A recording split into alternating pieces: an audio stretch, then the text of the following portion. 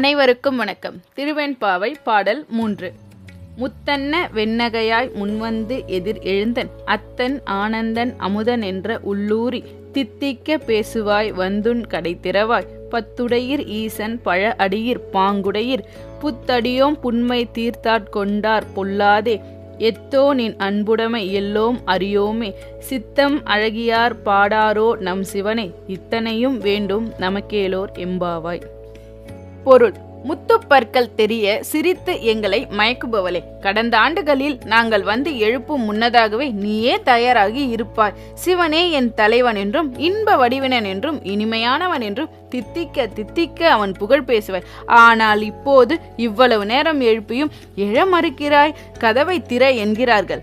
தூங்கி எழுந்து கொண்டிருந்த தோழி, ஏதோ தெரியாதனமாக தூங்கிவிட்டேன், அதற்காக என்னிடம் கடுமையாக பேச வேண்டுமா? இறைவனின் மேல் பற்றுடைய பழமையான அடியவர்கள் நீங்கள். உங்களைப் போல் எனக்கு இந்த விரதம் இருந்ததில் அனுபவமில்லை. மேலும் பக்திக்கு நான் புதியவள், என் தவறை பெரிதுபடுத்துகிறீர்களே என வருந்தி சொல்கிறாள். வந்த தோழியர் அவளிடம், அப்படி இல்லையடி, இறைவன் மீது நீ வைத்துள்ளது தூய்மையான அன்பென்பதும் தூய்மையான மனம் படைத்தவர்களாலேயே சிவபெருமானை பாட முடியும் என்பதும் எங்களுக்கு தெரியும். நீ சீக்கிரம் எழ வேண்டும் என்பதாலேயே அவசரப்படுத்துகிறோம் என்றனர்.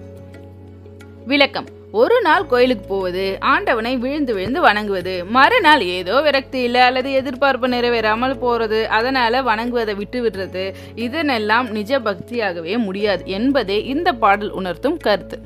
நாளை பாடல் 4 சந்திப்போம். நன்றி, வணக்கம்.